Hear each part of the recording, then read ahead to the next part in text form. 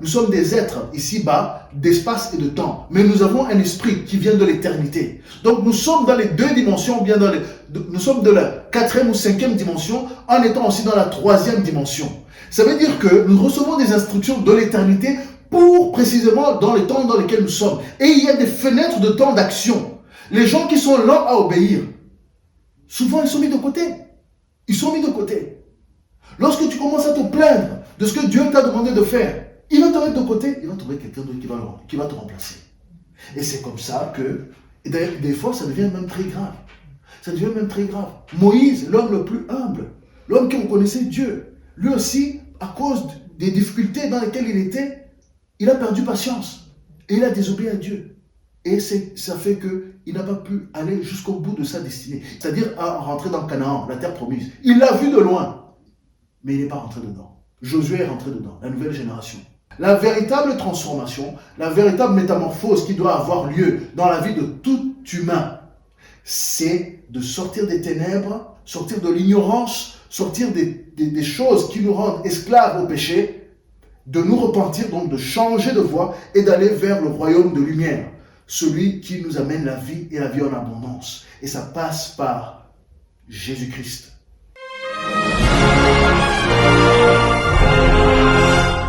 Gloire à Dieu ce matin. Peuple de Dieu, gloire à Dieu. C'est une joie encore de vous retrouver ce matin, ceux qui sont ici ce matin et ceux qui nous suivent aussi en virtuel. Nous remercions le Seigneur pour le temps de louange que nous avons eu ensemble et l'exhortation du pasteur David. Nous devons nous rapprocher de Dieu, comme Dieu a recommandé à Jérémie lorsqu'il se sentait seul. Nous devons nous rapprocher de Dieu. Aujourd'hui, nous allons continuer sur le thème de la transformation, ou bien le thème même de l'action aujourd'hui. Et nous avons vu la dernière fois plusieurs choses. Le titre, c'était la percée qui vient par la transformation et l'action. Bien qui vient de la transformation et de l'action. Et nous avons défini ce que c'est la percée, ce que c'est la transformation, ce que c'est la révélation qui est nécessaire pour une transformation et de l'action. Nous avons défini tous ces termes. Nous avons vu qu'il y a certaines choses que nous avons besoin de faire, ou bien un état d'âme que nous devons avoir. Nous devons avoir l'humilité pour recevoir la révélation de Dieu, pour recevoir une instruction nouvelle, pour pouvoir avancer. Nous ne pouvons pas avancer sans l'humilité.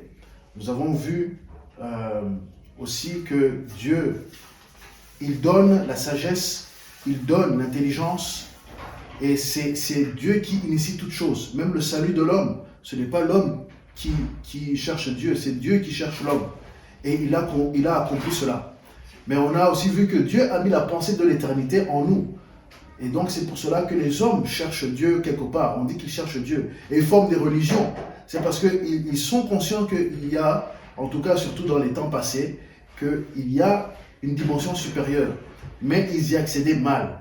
Et du coup, ils n'arrivent pas à être transformés de la bonne manière. Ils étaient séduits par les démons. Là, je vais au-delà de ce que j'ai dit la dernière fois, mais c'est ce qui se passe.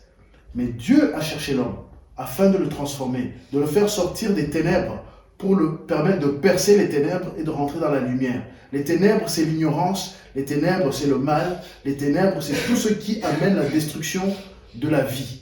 Que ce soit la vie terrestre, mais aussi la vie de la création, mais aussi la vie humaine tout simplement. Tout ce qui détruit la vie humaine est ténèbres et mal.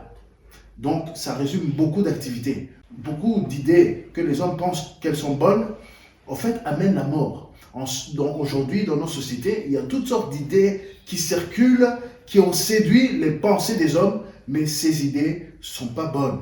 C'est pour ça que nous avons lu dans Romains 12, chapitre 12, versets 1 et 2, que nous devons renouveler notre intelligence. Alors, sans plus tarder, nous allons quand même prier, parce que nous avons besoin d'être soumis à la pensée de l'Éternel via son esprit. Et je vais prier pour que ce soit moi, que ce soit vous, vous soyez tous assujettis au Saint-Esprit et que toutes nos pensées soient assujetties à Christ. Père Céleste, nous venons devant toi ce matin. Seigneur, nous te remercions de ta bonté, de ton amour. Nous te remercions parce que tu règnes. Et Seigneur, ton amour, c'est ton amour qui est venu nous chercher. C'est toi la parole divine, la parole qui est incarnée, qui est venue, qui nous a montré le chemin. Tu as percé les ténèbres, tu as percé l'enfer, tu as libéré, Seigneur, ceux qui étaient dans le séjour des morts. Et Seigneur, mon Dieu, tu as créé un chemin vers le paradis, vers le Père, vers le ciel. Pour nous, Seigneur, que ce soit ici-bas ou que ce soit dans l'éternité, nous soyons avec toi. Et ensuite, tu nous as envoyé ton esprit. Nous voulons te dire merci. Et nous voulons que ton esprit nous dirige en toutes choses ce matin. Et que toute personne qui entend, Seigneur mon Dieu, ce que nous allons annoncer, que Père, il soit transformé et qu'il commence une vie nouvelle avec toi. Et Seigneur, s'ils sont déjà dans la vie nouvelle, qu'ils progressent avec toi. C'est au nom puissant de Jésus que nous avons prié. Amen. Amen. Alors aujourd'hui, nous n'allons pas nous focaliser sur la transformation, mais la transformation est nécessaire. Nous ne pouvons pas agir au nom de Dieu si nous ne sommes pas transformés par Dieu. Sinon, nous sommes illégitimes. Il y a beaucoup d'ailleurs de serviteurs de Dieu, d'hommes de la parole, qui ne sont pas transformés. C'est pas parce que, et je l'ai dit la dernière fois, je le répète, ce n'est pas parce que quelqu'un a été faire 5 ans de théologie que c'est un homme transformé. Son information peut être agrandie. Et c'est vrai que pour être transformé, on a besoin d'une information. Parce que toute chose qui vient de Dieu est d'abord information. La parole c'est l'information, mais avec une puissance. Jésus, c'est la parole de Dieu. Donc ce que Dieu a dit, et ensuite cette parole est devenue incarnée. Mais ce n'est pas parce que nous avons juste des informations, ce monde est rempli d'informations, nous sommes même dans l'ère de l'information. Mais il y a beaucoup d'informations qui sont fausses. Il y a beaucoup d'informations qui sont créées par les hommes, pour la société humaine, qui sont utiles dans la vie courante. Il y a les programmes d'informatique qui finalement aujourd'hui déterminent beaucoup des activités de la société. Ce sont des informations, mais ce n'est pas des informations qui transforment l'être intérieur.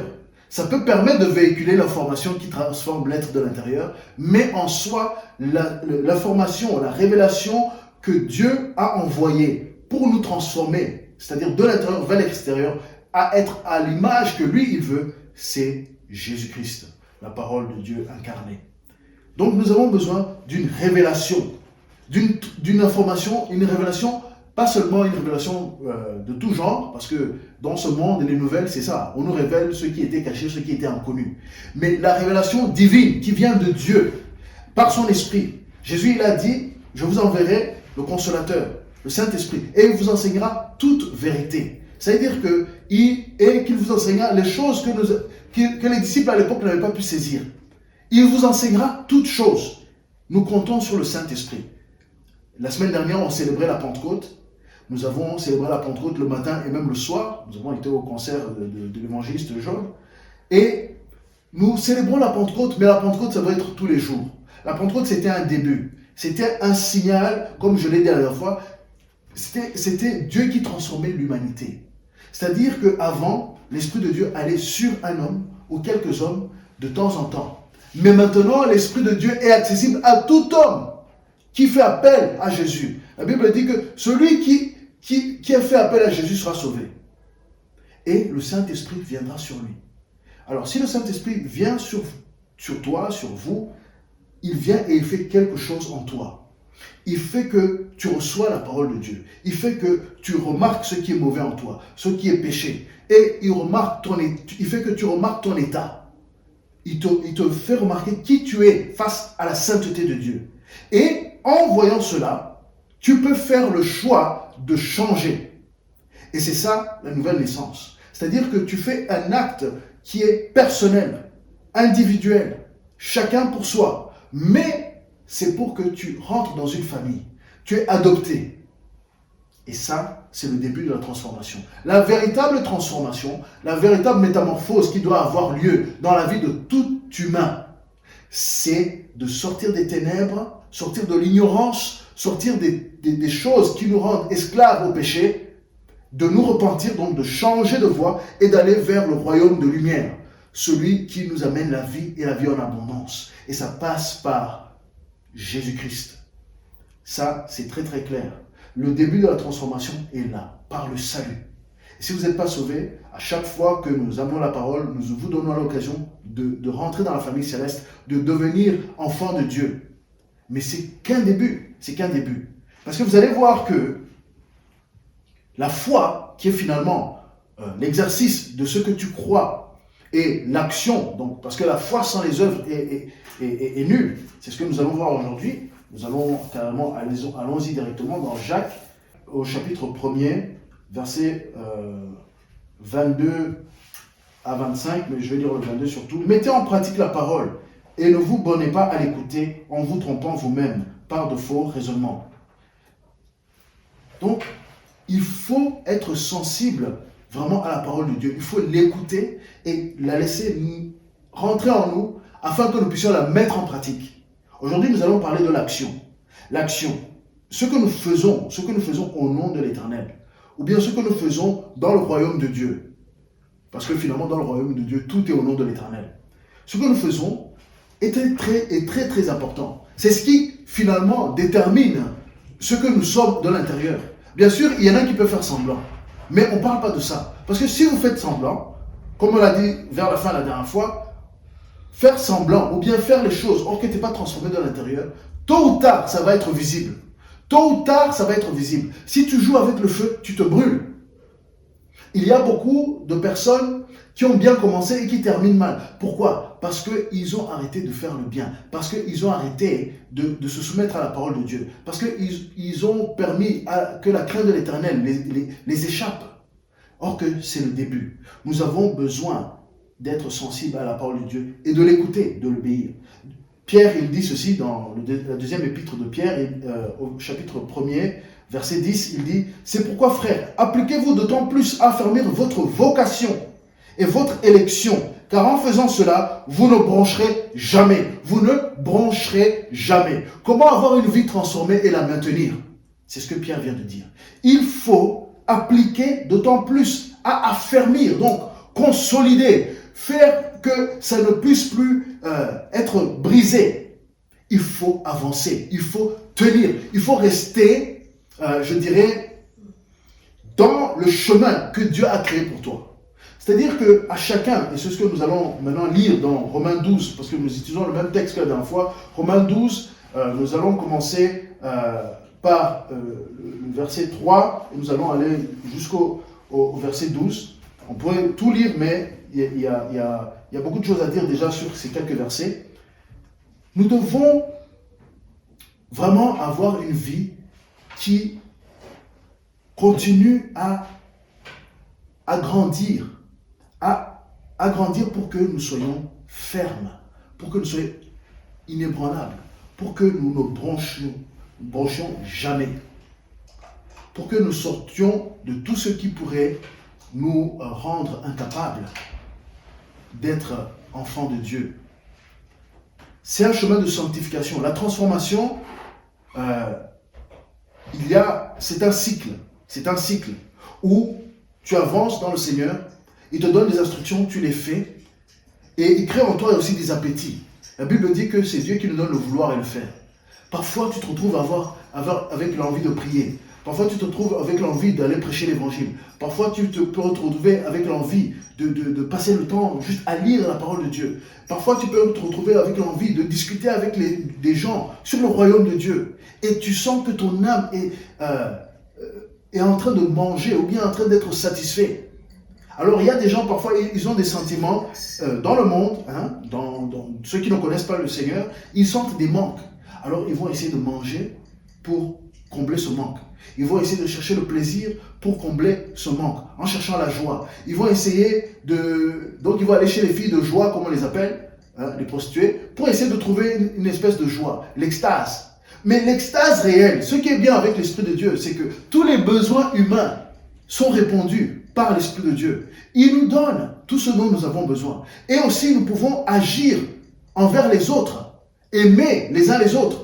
C'est des actions. L'amour, c'est une action. Ce n'est pas seulement des paroles. Ce n'est pas simplement des paroles. Tu dois agir. Tu dois aller te rapprocher de quelqu'un. Et Dieu aussi, ce n'est pas que des paroles. Tu dois agir.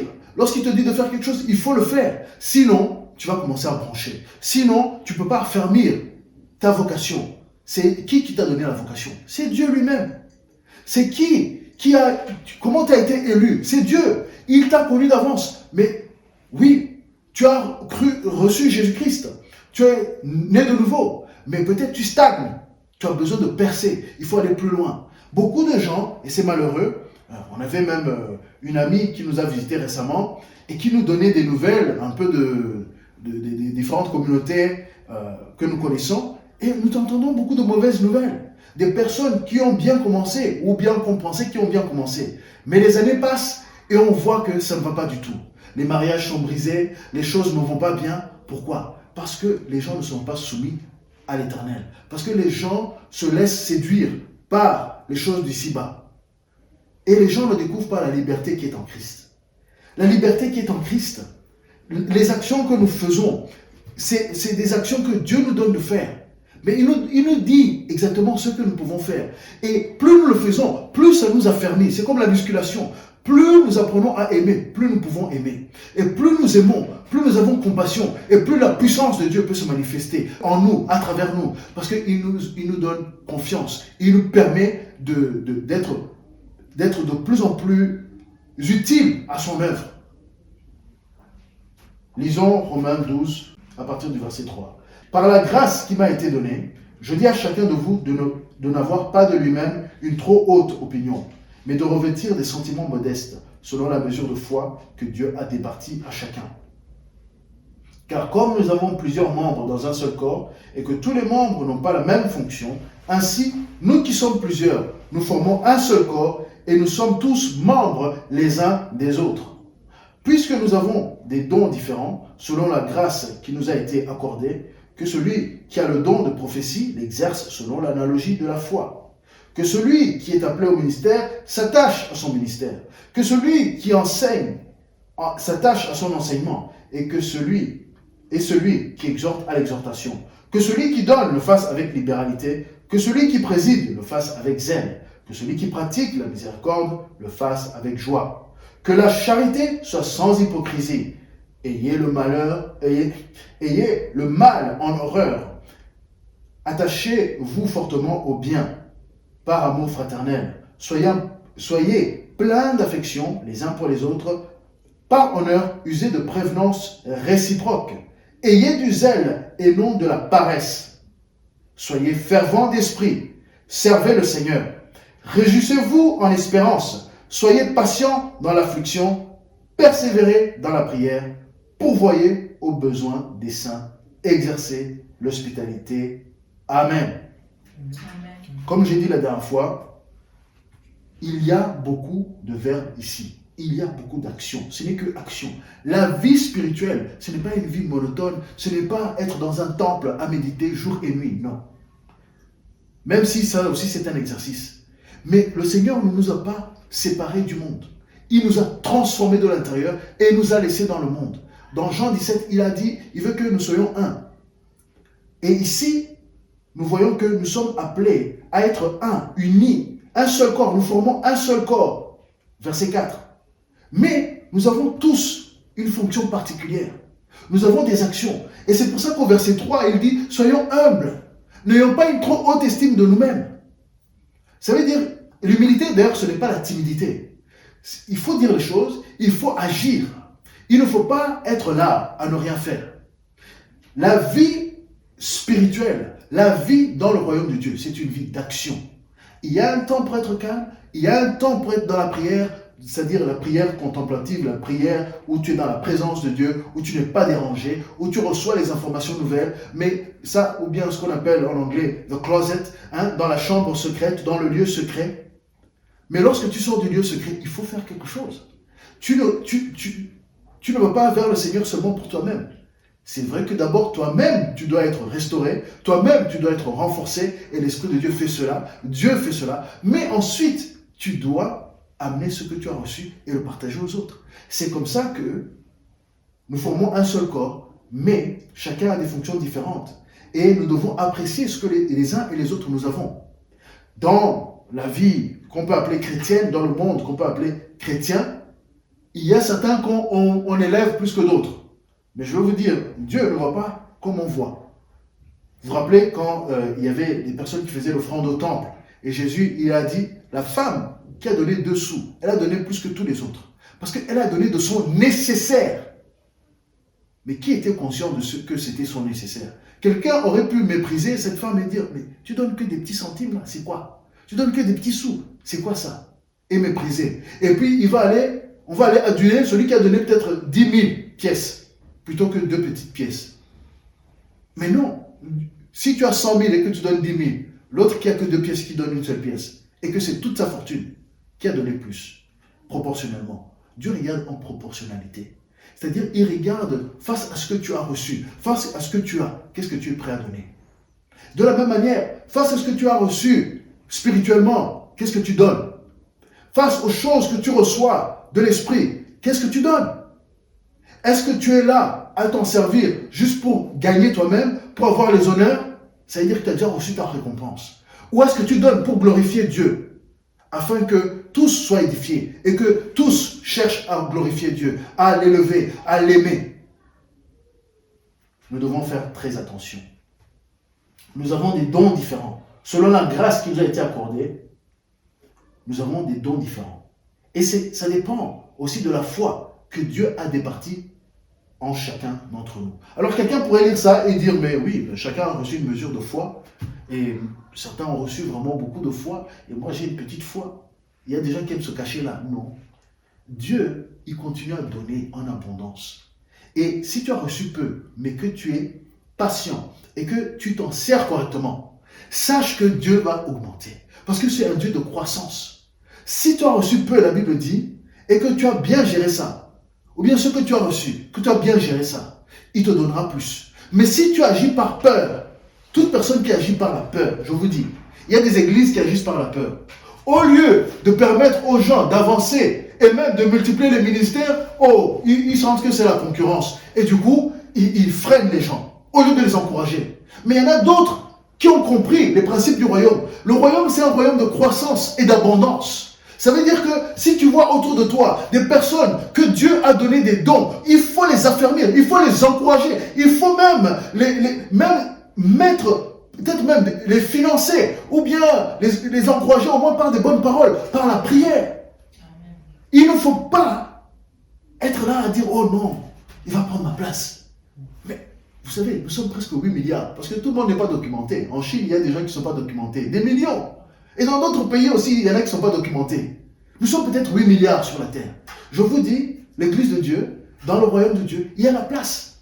Dieu peut vous envoyer dans des villages où personne n'a entendu l'évangile. Et là, je ne parle pas de la Chine, je ne parle pas de l'Afrique, je parle ici en Europe, où les gens n'ont plus entendu parler de l'évangile, parce qu'ils ont rejeté Dieu. Même les prêtres, il n'y en a plus. Il y a de quoi faire dans le royaume de Dieu. Il y a toujours quelque chose à faire.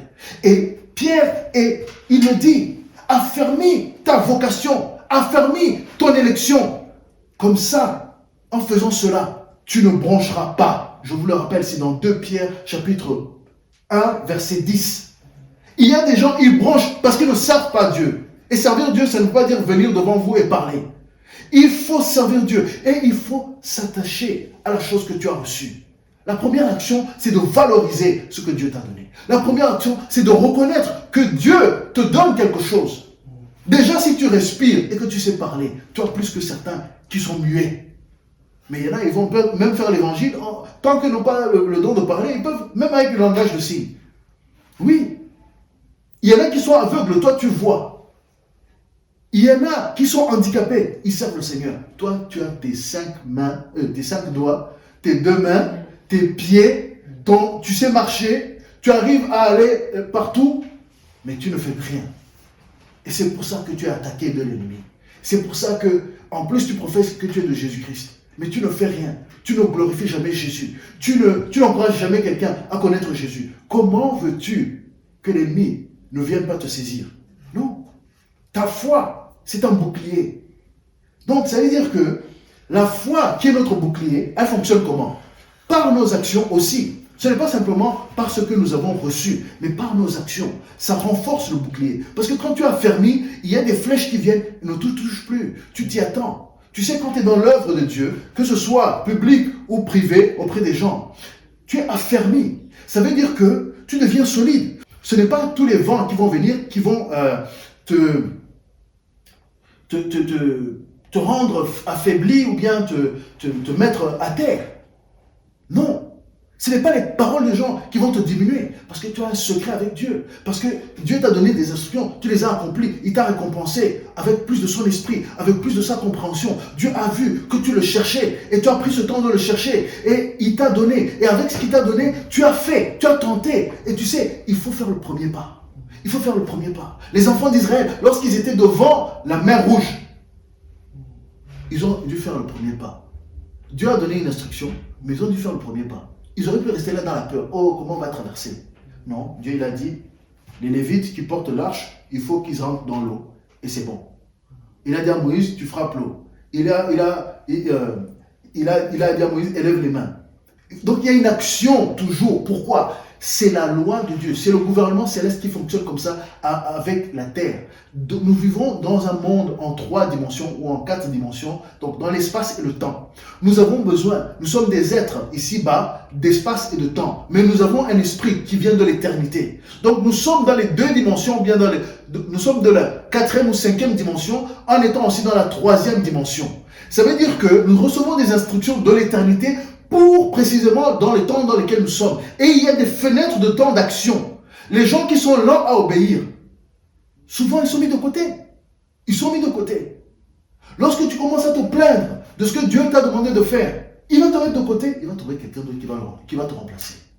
Et c'est comme ça que, et d'ailleurs des fois ça devient même très grave. Ça devient même très grave. Moïse, l'homme le plus humble, l'homme qui reconnaissait Dieu, lui aussi, à cause des difficultés dans lesquelles il était, il a perdu patience et il a désobéi à Dieu. Et ça fait qu'il n'a pas pu aller jusqu'au bout de sa destinée. C'est-à-dire à rentrer dans Canaan, la terre promise. Il l'a vu de loin, mais il n'est pas rentré dedans. Josué est rentré dedans, la nouvelle génération. Parce que les nouvelles générations, l'avantage qu'ils ont sur les anciennes, c'est qu'ils n'ont pas encore commis beaucoup de fautes. Et ils peuvent apprendre de ceux qui ont commis les fautes avant eux. Nous ne devons pas mépriser ceux qui nous ont précédés. Nous devons apprendre de leurs erreurs et ne pas commettre les mêmes erreurs. Et comme ça aussi, Dieu peut se révéler de plus en plus. Et d'ailleurs, nous sommes condamnés à avoir plus de révélations, mais aussi à avoir plus de responsabilités. Parce qu'avec plus de révélations, plus de responsabilités. Avec plus de liberté, plus de responsabilités. Plus nous avons une connaissance du Seigneur Jésus et de son esprit et de son royaume, et plus nous avons la liberté d'agir et de faire des choses qui avant auraient été mal vues. C'est pour ça que même quand il y a des réveils et le Seigneur amène des nouvelles choses, les anciennes générations ont du mal. Mais les nouvelles générations ont plus de liberté dans l'esprit. Il y a des nouvelles fonctions qui se manifestent pour le discernement des esprits. Ce n'est pas simplement comme ça se faisait avant. Le parler en langue, ça fait que 100 ans que c'est de retour dans la vie, on peut dire, chrétienne. Avant, c'était juste la parole, la parole, la parole. Et il y en a qui sont restés que dans la parole, la parole, la parole. Et la parole est utile et elle est absolument nécessaire. On ne peut pas passer à côté. Mais le Saint-Esprit ajoute et il augmente et il restaure son Église. Et il rend son Église capable de faire toute sa volonté. Il prépare un peuple de rois et de prêtres capables de faire toute sa volonté. Mais nous devons agir donc. Nous devons venir au Seigneur, nous devons aussi lui dire quand ça ne va pas, afin qu'il nous donne des instructions comment agir dans des choses difficiles. Il nous donne sa science, sa connaissance. Il nous donne la loi divine, la loi spirituelle, qui est plus forte que la loi naturelle. Parce que la loi spirituelle détermine les choses naturelles. Alors vous dites, oh non, c'est pas vrai. Quand les politiciens, ils font leurs décisions qui nous affectent tous, où est l'esprit dans tout ça? Eh bien, vous savez, ces politiciens, beaucoup d'entre eux, vous ne savez pas où est-ce qu'ils vont chercher leur force. Beaucoup sont dans l'occultisme. Il y en a très peu qui craignent l'Éternel. Quand vous voyez des lois qui sont liberticides, quand vous voyez des lois qui veulent nous rendre esclaves, quand vous voyez des lois qui amènent la mort, ça vient de quelque part, ça vient de l'enfer, ça vient des démons.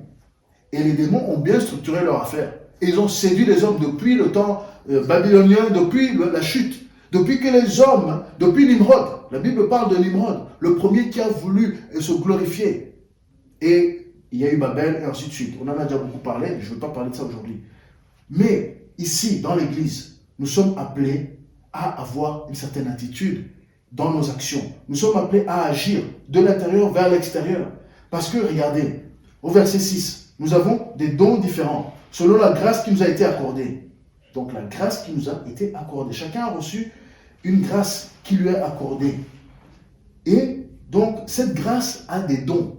Certains, ça vient naturellement. Il y a des dons, Dieu, il peut te rajouter des dons. Il peut. Selon la saison, Dieu, par son esprit, peut t'affermir pour faire des choses que tu ne faisais pas avant. Ça arrive. Mais d'abord, qu'est-ce que tu fais avec le peu que tu as reçu? Il faut faire quelque chose. Il n'y a pas d'excuse. Donc, le don de prophétie, que celui qui a le don de prophétie l'exerce selon l'analogie de la foi. Et la foi, selon l'analogie, c'est-à-dire de la même manière qu'il faut agir par la foi. Le don de prophétie, on prophétise de la même manière qu'on a la foi. Parce que la prophétie, c'est annoncer les choses qu'on ne voit pas encore. La prophétie, c'est annoncer les choses qui sont à venir. C'est croire dans l'invisible. Et c'est ça que la foi est. Dans Hébreux 11, vous pouvez aller lire la définition de la foi. C'est voir les choses, c'est la substance qui... C'est toucher la chose qui est dans l'avenir, qui n'est pas encore palpable, c'est-à-dire par nos mains physiques. Mais tu l'annonces. Tu annonces un événement que tu vois par l'esprit. Tu vois dans le temps futur. Mais il n'y a rien qui te montre que c'est possible. Souvent, ils disent que lorsque l'Église rigole, les prophètes pleurent, et lorsque l'Église pleure, les prophètes rient. Pourquoi? Ils sont toujours à une longueur d'avance. Et donc, c'est par la foi. Ça se fait par la foi. Que celui qui est appelé au ministère s'attache à son ministère. Et oui, il y a beaucoup de gens, ils veulent faire ce que les autres font, au lieu de s'attacher à ce qu'on leur a demandé de faire. Et tout le monde vous dira que lorsque vous vous concentrez à perfectionner, ou bien à investir votre temps, votre argent, votre énergie, dans le ministère que Dieu te donne, je te dis, Dieu va te bénir. Dieu va te bénir. Dieu va vous bénir. Il y a, je me rappelle d'une histoire, c'était une personne qui ne savait pas parler, ou bien elle se considérait qu'elle ne savait pas parler. Et elle dit, mais qu'est-ce que je peux faire dans cette église, dans cette assemblée?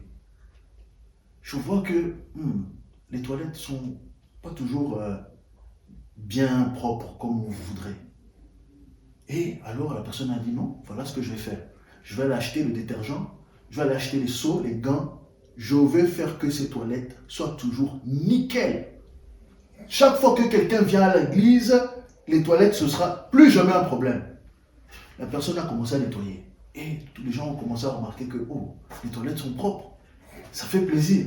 Vous savez, des fois, c'est comme quand tu vas au restaurant. Vous savez, quand vous allez au restaurant, si la condition des toilettes vous indiquera beaucoup de choses.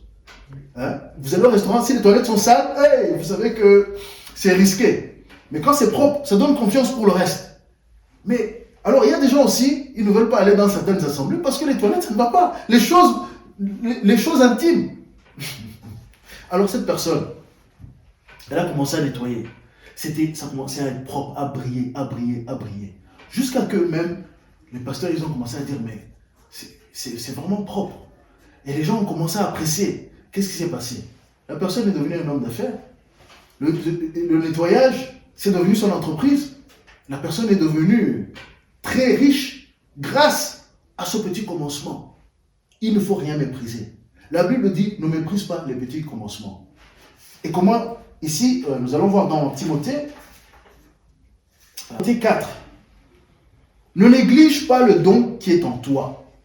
1 Timothée 4, 14. Ne néglige pas le don qui est en toi et qui t'a été donné par prophétie avec l'imposition des mains de l'assemblée des anciens. Occupe-toi de ces choses. Donne-toi tout entier à elles, afin que tes progrès soient évidents pour tous. Veille sur toi-même et sur ton enseignement. Persévère dans ces choses, car en agissant ainsi, tu te sauveras toi-même et tu sauveras ceux qui t'écoutent. L'action qui amène même le salut des autres. C'est-à-dire que nous pouvons nous comparer à des arbres. Si on porte de bons fruits, les gens vont venir et manger ces fruits. Et ils voudront savoir même ton engrais. Qu'est-ce qui se passe? Comment ton arbre, comment tu portes autant de fruits? Et c'est là où tu peux donner le secret. Je me soumets à l'Esprit de Dieu. Je me soumets à l'Esprit de Dieu.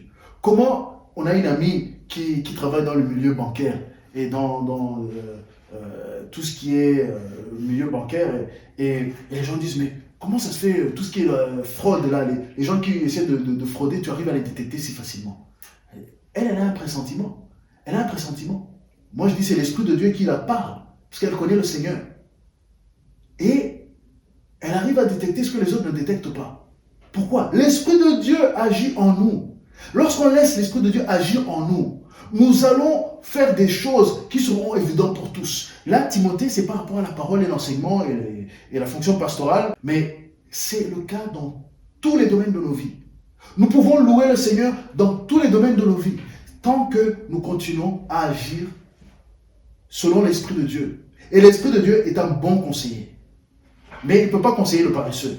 Vous avez vu au verset 11, « Ayez du zèle et non de la paresse. » Voici pourquoi beaucoup de gens sont attaqués par le diable.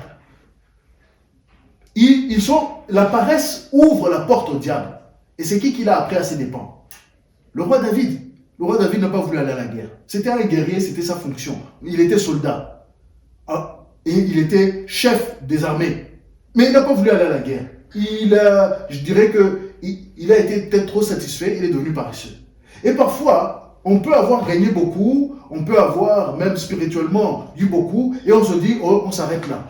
Non, tu peux devenir paresseux parce que tu te confies dans tes victoires passées. Non, la Bible dit, persévère, continue, persévère, continue. Soyez fervents d'esprit. Juste après, ayez du zèle et non de la paresse. Soyez fervents d'esprit. C'est ça qui nous maintient. Selon l'analogie de la foi, selon nos capacités, selon ce que Dieu nous a donné. Mais c'est ça qui fait qu'on reste affermis jusqu'à la mort. Nous devons persévérer parce que c'est ça qui va faire que les flèches de l'ennemi ne nous touchent pas. On doit continuer à avancer. Vous savez, lorsque vous êtes une cible, et vous êtes la cible du diable, si vous aimez Dieu, ou bien que vous cherchez Dieu, vous devenez la cible du monde des ténèbres. Parce qu'ils veulent vous confondre, ils veulent vous anéantir, ils veulent vous empêcher d'avancer. Mais si tu es une cible paresseuse, c'est-à-dire tu restes là, tu ne bouges pas, immobile, le diable n'aura pas de mal à te toucher. Mais si tu avances, et que spirituellement tu avances, tu fais que progresser, l'ennemi aura du mal à te toucher. Parce qu'on le sait tous, une cible qui bouge est beaucoup plus difficile à toucher qu'une cible qui est immobile. Ne sois pas une cible facile pour le diable. Ne sois pas une cible facile pour les démons. Ne sois pas une cible facile pour tes ennemis. Ne leur donne pas raison. Non. Agis avec foi, avec persévérance, avec confiance en Dieu, qu'il va te rémunérer. Et Dieu rémunère bien. Je vous garantis que Dieu rémunère bien. Parfois, il ne rémunère pas de la manière qu'on le pense.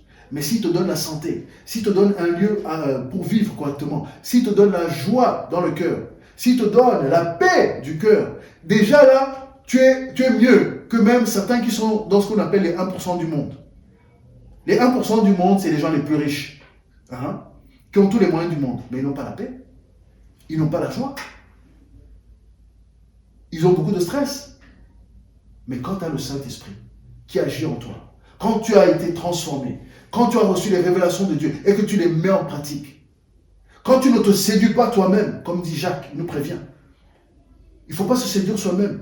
Penser que vous avez reçu, mais que vous avez reçu la parole et que c'est tout. Non, il faut agir, il faut partager, il faut aimer. Voici ce qu'il dit. Quand vous avez tout ça, vous êtes inébranlable. Vous devenez inébranlable. Vous avez une relation avec Dieu. La dernière fois, on a vu les choses que Dieu donne et les choses que l'homme donne. Et les choses que Dieu reçoit et les choses que l'homme reçoit.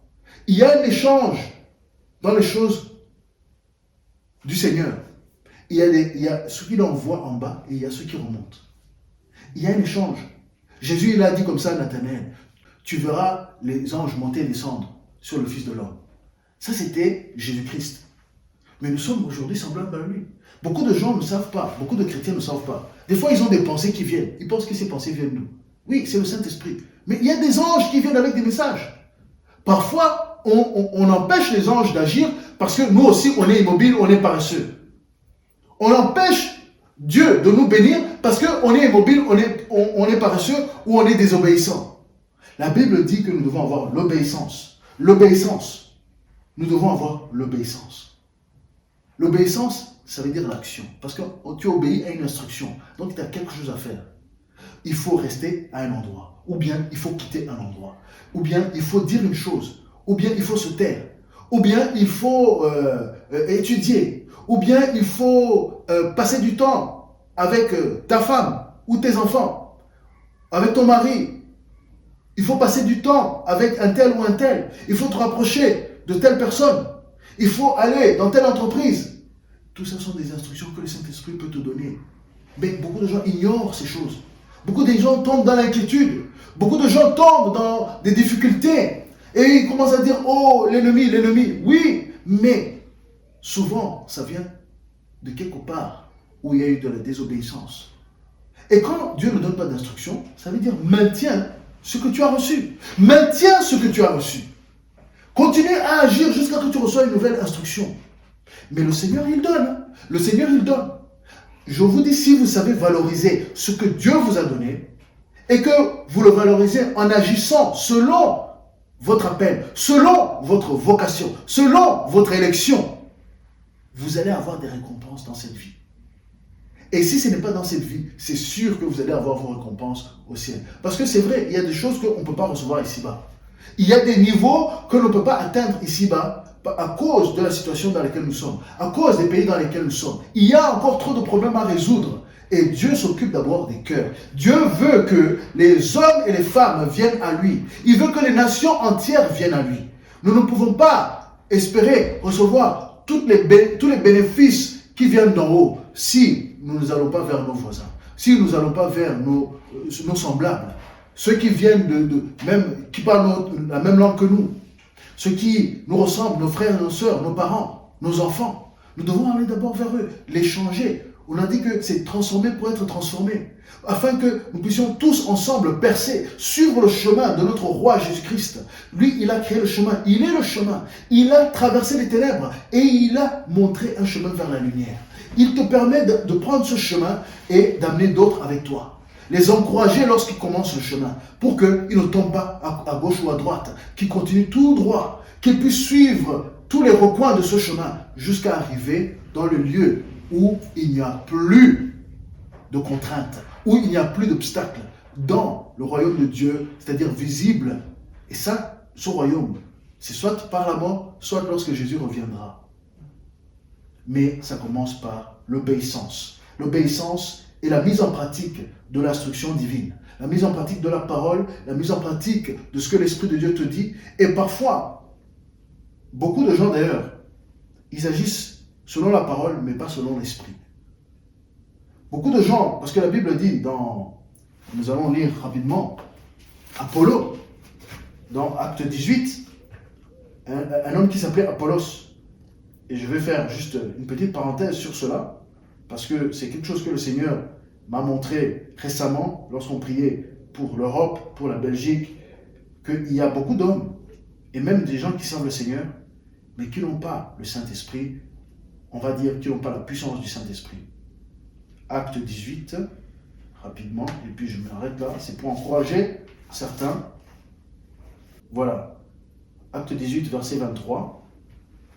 Après avoir passé quelque temps à Antioche, Paul se mit en route et parcourut successivement la Galatie et la Phrygie en fortifiant tous les disciples. Vous voyez, Paul, il agissait. C'était un homme d'action.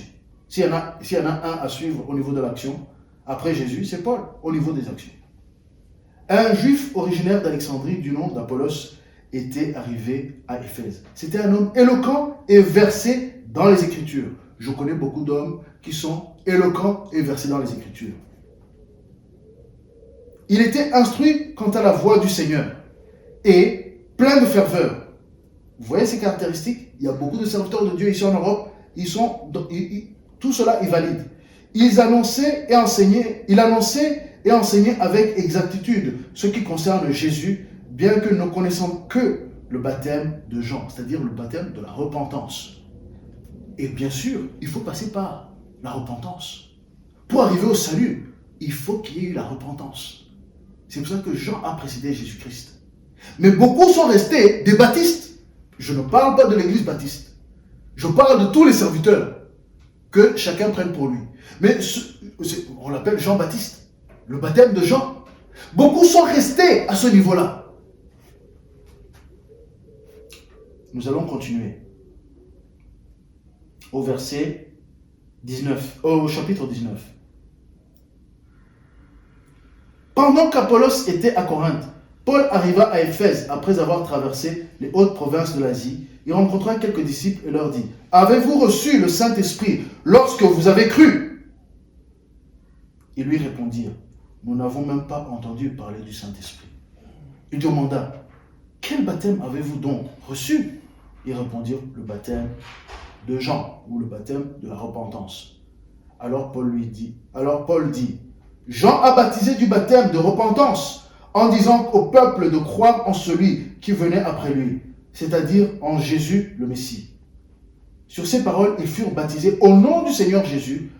Lorsque Paul posa les mains sur eux, le Saint-Esprit vint sur eux et se mirent à parler en langue et à prophétiser. Il y avait une douzaine d'hommes en tout. Vous voyez? Voilà la situation de beaucoup de personnes. On a parlé d'agir, d'action. Celui qui nous permet d'agir au nom du Seigneur Jésus-Christ, c'est le Saint-Esprit. Voici en parole. Ici, on vient de lire que Apollos était quelqu'un de fervent, mais il n'avait pas encore le baptême du Saint-Esprit. Alors, je vous encourage tous à être baptisés du Saint-Esprit. Mes frères, mes sœurs en Christ, vous avez reçu le baptême de repentance, vous vous êtes repentis. Soyez baptisés du Saint-Esprit. Faites appel au Seigneur qu'il vous baptise du Saint-Esprit, que vous parlez en langue, que vous prophétisiez et que vous recevez tous les dons qu'il a prévus pour vous. Ça c'est pour vous qui êtes même affermis dans la parole. Vous qui connaissez la parole, vous avez besoin d'être baptisés du Saint-Esprit. Dans les temps dans lesquels nous sommes, plus que jamais. Parce que le Seigneur, s'il a prévu cela, c'est parce que c'est utile. Et Dieu ne gaspille rien, et encore moins son Esprit ou son Fils.